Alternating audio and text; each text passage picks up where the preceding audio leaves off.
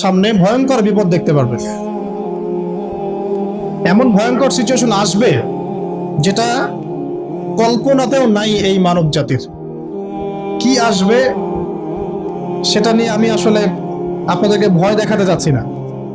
আগামী বিশ্বের ভবিষ্যৎটা ভালো না, আগামী বিশ্বের ভবিষ্যৎটা মোটেই ভালো না। ইতিহাস এর দিকে আপনাকে চোখ দিতে হবে। পৃথিবীর সৃষ্টি থেকে নিয়ে কিয়ামত পর্যন্ত একটা বিষয় খুব কমন, সেটা কি? যুগে যুগে যারাই আল্লাহ রাব্বুল আলামিনের তাওহীদ এবং তার নবীর সুন্নতকে অবজ্ঞা করেছে, আল্লাহ পাক কাউকে এই পৃথিবীতে স্থান দেন নাই। এই ইতিহাসটা কোরআন এবং হাদিসের পাতায় পাতায় আছে। সময়ের শপথ করে আল্লাহ পাক আমাদেরকে বলছেন, ইতিহাস ঘেঁটে দেখো, পিছনের দিকে তাকিয়ে দেখো। যুগে যুগে যারাই আল্লাহ এবং তার রাসূলের অবাধ্য হয়েছে, আল্লাহ পাক কাউকে এই পৃথিবীতে স্থান দেন নাই। এক নম্বর দেখেন, ওই যে নূহ আলাইহিস সালাম স্থান পেয়েছে। নূহ আলাইহিস সালামের যুগে যে মানুষেরা আল্লাহর বিরোধিতা করেছিল, তারা কি টিকতে পেরেছে? পারে নাই। মাত্র 40 বা 80টা পরিবার নাজাত পেয়েছে, বাকি সবাইকে আল্লাহ পাক ডুবিয়ে মেরেছে। পৃথিবীতে এখন আমরা যারা বেঁচে আছি, আমরা কিন্তু ওই 40 বা 80 পরিবারের সন্তান। আমাদের পিতামাতা কিন্তু ওইদিকে, যারা ওই সময়ে মহাপ্লাবন থেকে উদ্ধার পেয়েছে, নাজাত পেয়েছে, আমরা কিন্তু তাদেরই সন্তান। আর বাকি কাউকে আল্লাহ পাক পৃথিবীতে রাখেন নাই। আল্লাহর কিচ্ছু যায় আসে না। একটা হাদিসে আছে, পৃথিবীর দাম আল্লাহর কাছে একটা মাছির পাখার সমানও না। এই যে ফয়জুল কালাম বইটা আছে, পড়ে দেখবেন। এই বইটা বাসায় রাখতে পারেন, অনেক চমৎকার একটা বই। এখানে অনেক হাদিস আছে যেটা আপনাদের জন্য খুব ইজি হবে, স্পেশালি যারা জেনারেল লাইনে পড়াশোনা করছেন।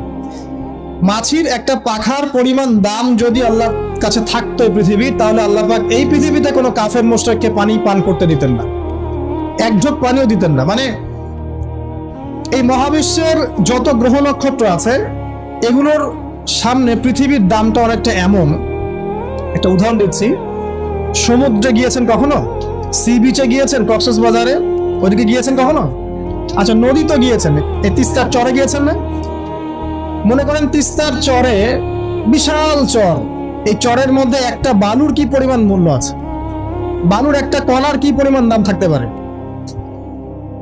এই পুরো মহাবিশ্বে পৃথিবীর অবস্থানটা এতটুকুই, বরং তার চেয়েও কম।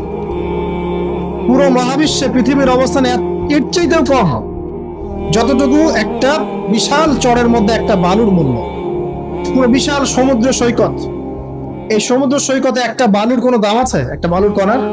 ওটা থাকলেই কি না থাকলেই কি? পৃথিবীর অবস্থানটা ঠিক এমন মহাবিশ্বে। ওই পৃথিবীতেই আমরা এখন বসবাস করছি, আর আমরা মনে করছি যে আমরা পৃথিবীতে চিরস্থায়ী হব। এই দুনিয়াটা আমাদের, এখানে যা ইচ্ছা আমরা তাই করব। এখানে পলিটিক্স করলে যা ইচ্ছা তাই করব। এখানকার অর্থনৈতিক দায়িত্ব পাইলে যা ইচ্ছা তাই করব। এখানকার সামাজিক নেতৃত্ব পাইলে যা ইচ্ছা তাই করব। হ্যাঁ, এখানকার ধর্মীয় নেতৃত্ব পাইলে যা ইচ্ছা তাই করব। আমাদের ভাবটা এখন এমন। অথচ পৃথিবীর মূল্য আল্লাহর কাছে একটা বালুর পরিমাণও না, একটা মাছির পাখার পরিমাণও না। তো আলী রাদিয়াল্লাহু আনহু একটা কথা বলতেন যে পৃথিবীতে মানুষ এমন ভাবে বিচরণ করে যে মানুষ মনে করে যে পৃথিবীতে সে ছাড়া আর কিছুই নাই।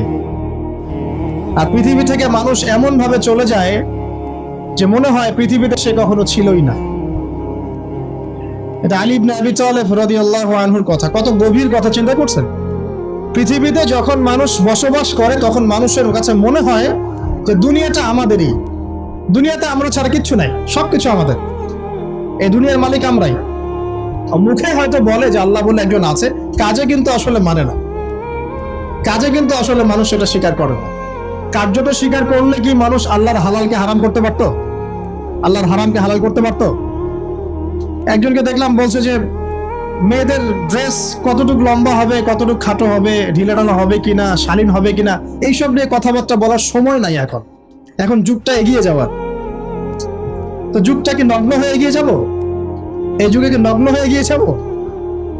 তো এই যে আল্লাহ পাকের বিধানের 5 পয়সা পরোয়া নেই। আল্লাহ পাক যেখানে বলছেন সূরা আহজাবে যে মেয়েদেরকে বলো হে নবী, তারা যখন বাড়ি থেকে বের হবে, তারা যেন জিলবাব দিয়ে তাদের কাপড়টা, দেহটাকে ঢেকে নেয়। তো আল্লাহ পাকের এই আদেশের কি দাম আছে ওর কাছে? 5 পয়সা দাম আছে? আল্লাহ পাক বলছেন সুদ খেও না, যদি সুদ খাও তাহলে আল্লাহ এবং তার রাসূলের সাথে যুদ্ধের ঘোষণা শুনে রাখো। কোনো দাম আছে আল্লাহর কথা? সুদ না খেলে এই যুগে চলে? চুরি করো না, ডাকাতি করো না, জেনা করো না, আল্লাহ পাক বলছেন। দেধার্স এগুলো আমরা করছি এবং এগুলোকে স্বাভাবিকভাবে মেনে নিয়েছি, যেটা হয়। প্রত্যেকদিন খবরের কাগজ খুলবেন, দেখবেন ধর্ষণের খবর পাওয়া যাচ্ছে, পরকীয়ার খবর পাওয়া যাচ্ছে। গতকালকে একটা নিউজ দেখেছি যে মায়ের পরকীয়া দেখে ফেলায় মেয়েকে মা হত্যা করেছে। মায়ের পরকীয়া দেখে ফেলায় মেয়েকে মা শ্বাসরোধ করে হত্যা করেছে। আর কয়েকদিন আগে দেখলেন তো যে মাকে ছেলে আবার গুলি করে হত্যা করল। তা বলেন কোন পৃথিবীতে বসবাস করছেন? বলে আসরি দিয়ে আমি আপনাকে কি বুঝাবো? সময়ের কসম, এটার ব্যাখ্যা আমি কি করব আর আপনাকে কি বুঝাবো?